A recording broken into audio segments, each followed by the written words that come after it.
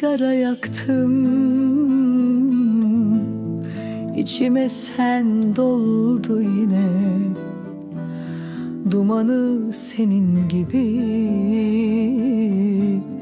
ağır ağır boğuyor beni. Bir resmin kaldı elimde, bir de yarım geceler. Sen gittin ya dünya yalan, ben de eksildim yine. Sana haram ettim dualarımı, ama içim seni hala affediyorum.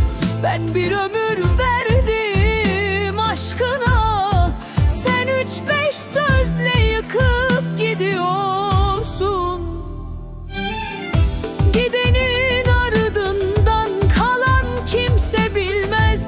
Yüreğim susar da gözlerim hep söyler, bir ben kaldım sensizliğe esir.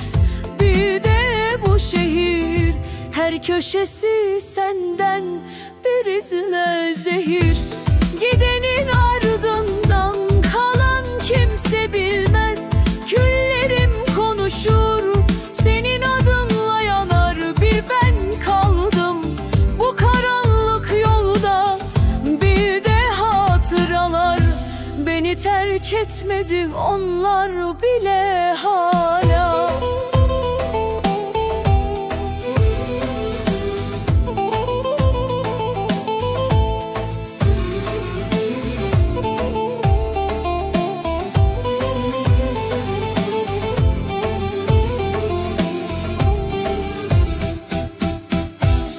Bir kadını sevdim, ömrümle ödedim.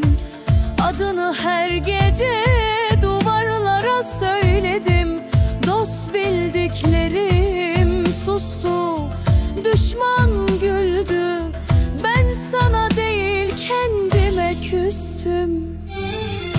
Gidenin ardından kalan kimse bilmez. Küllerim konuşur, senin adınla yanar, bir ben kaldım bu karanlık yolda. Bir de hatıralar, beni terk etmedi onlar